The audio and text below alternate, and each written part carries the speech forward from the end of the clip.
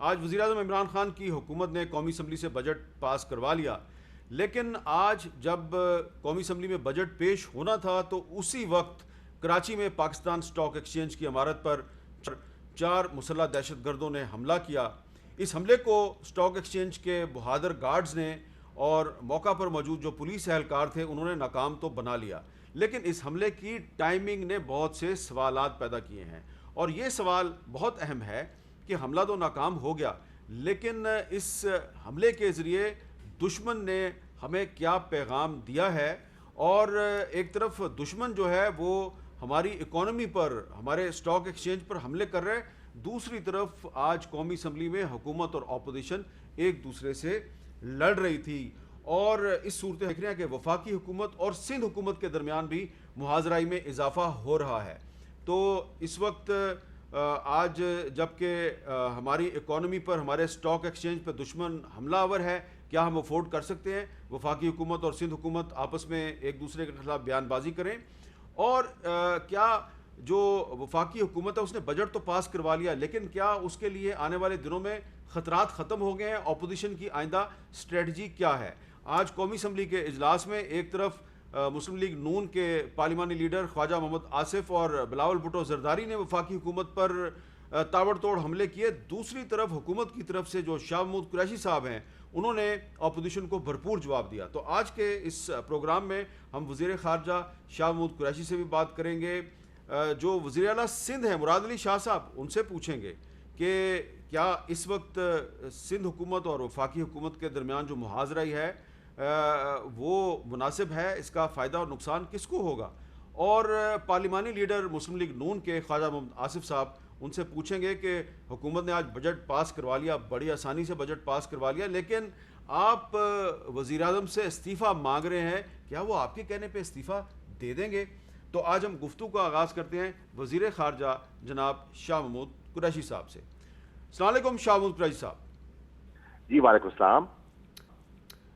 میں نے آپ سے پہلا سوال یہ پوچھنا ہے کہ آج آپ نے بجٹ تو پاس کروا لیا، لیکن جب آج بجٹ پر بحث شروع ہونے والی تھی تو عین اس وقت پاکستان سٹاک ایکسچینج کی عمارت پر کراچی میں حملہ کیا گیا۔ کیا وفاقی حکومت کو اور سندھ حکومت کو اس حملے کا پہلے سے علم تھا؟ میر صاحب، آپ چند دن پہلے میرا بیان اٹھا کے دیکھیے، جب وزیرستان پہ ہماری آرمی پیٹرول پر حملہ ہوا تھا اور شہادتیں ہوئی تھیں تو میں نے گزارش کی تھی کہ رو نے اپنے سلیپر سیلز کو ایکٹیویٹ کرنے کا ہمیں اشارہ مل رہا ہے۔ اب آج کا جو واقعہ ہے اس کے تانے بانے آپ دیکھیں یہ کہاں جڑتے ہیں، آپ کو وقت ثابت کرے گا کہ وہ قوتیں جو پاکستان کے اندر انتشار دیکھنا چاہتی ہیں وہ بڑے غور سے تاک لگائے بیٹھے ہیں، کیونکہ ان کے اپنے ملک کے اندر ان کو بے پناہ مشکلات کا سامنا ہے۔ مقبوضہ کشمیر میں صورتحال دن بدن بگڑتی جا رہی ہے۔ پاک اپنا چین اور ہندوستان کا جو بارڈر ہے، جو ڈسپیوٹڈ علاقہ ہے، وہاں ان کو بری طرح شکست ہوئی ہے۔ معاشی طور پر وہ انتشار کا شکار اور بدحالی کی طرف جا رہے ہیں، کروڑوں لوگوں کی نوکریوں کا ضیاع ہوا ہے، اور اسٹرکٹ لاک ڈاؤن کے باوجود ان کے جو کووڈ کیسز ہیں بڑھ رہے ہیں، انفیکشن ریٹ بڑھ رہا ہے، اموات بڑھ رہی ہیں۔ اب ان حالات میں انہوں نے پاکستان کے اندرونی حالات کو دیکھتے ہوئے کوشش کی کہ یہاں انتشار پھیلایا جائے، کیونکہ کیا سرائیاں ہو رہی تھیں کہ یہ ہو رہا ہے وہ ہو رہا ہے۔ حکومت کو غیر مستحکم کرنے کے لیے عین بجٹ کے وقت 11 بجے بجٹ کی بحث شروع ہونی تھی، اور عین اسی وقت آپ دیکھیں کہ خبریں آنی شروع ہو گئی کہ کراچی پہ 4 دہشت گرد حملہ آور ہو رہے ہیں۔ تو آپ دیکھ لیجئے کہ ان کے عزائم کیا ہیں، اور ہمارے سادہ لوگ ان چیزوں کو نہیں سمجھ پا رہے۔ میں سمجھتا ہوں کہ آج بھی ہمیں ذمہ داری کا ثبوت دینا ہوگا، کیونکہ ان دہشت گردوں کا ہم نے مل کر مقابلہ کرنا ہے اور ہندوستان کے عزائم کو خاک میں ملانا ہے۔ وزیر خارجہ صاحب، بجٹ اجلاس میں آپ نے بھی بڑی گرما گرم تقریر کی، اپوزیشن کی بھی بڑی گرما گرم تقریر تھی، لیکن تھوڑے دن پہلے تو آپ ہمارے اس پروگرام میں اپوزیشن کو مذاکرات کی دعوت دے رہے تھے، انہیں دفتر خارجہ بلا رہے تھے۔ تو وہ جو آپ کی پیشکش ہے اس کو اپوزیشن نے قبول نہیں کیا، یا حالات اس طرح کے تھے، حکومت نے ایسے حالات بنا دیے کہ اپوزیشن آپ کے ساتھ مذاکرات پر مائل نہیں ہوئی؟ میر صاحب، میں نے دعوت کیوں دی تھی؟ مجھے ہندوستان کے عزائم کا علم تھا، مجھے پتا تھا کہ یہ کیا کرنا چاہتے ہیں، ان کے ارادے کیا ہیں۔ مجھے ان کی، ہم سے سیاسی اختلاف ہو سکتا ہے، مجھے ان کی حب الوطنی پر شک میں نہیں کروں گا، یہ مجھے زیب ہی نہیں دیتا اور میں کروں گا بھی نہیں، اور یقیناً وہ مجھ سے شاید بہتر ہی پاکستانی ہوں۔ اسی لیے میں نے ان کو کہا کہ آپ آئیے، میں آپ کے سامنے چیزیں رکھتا ہوں، اور پھر آپ خود مختار ہیں، چیزوں کا جائزہ لے کر فیصلہ کر سکتے ہیں۔ مجھے یقین تھا کہ جب وہ حالات کے بارے میں ان کو پورا خاکہ ان کے سامنے آئے گا تو وہ اپنے فیصلوں پر، اپنی پالیسیز پر، اپنے رویے پر نظر ثانی کریں گے۔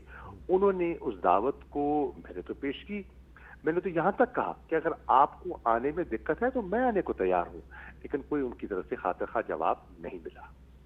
اب یہ بتائیے کہ جو آج پاکستان سٹاک ایکسچینج پہ حملہ ناکام بنانے میں جن پولیس اہلکاروں اور گارڈز نے اپنی جان کا نذرانہ پیش کیا، اور جن اہلکاروں نے بہادری کا مظاہرہ کرتے ہوئے یہ حملہ ناکام بنایا، ان کے بارے میں آپ کیا کہیں گے؟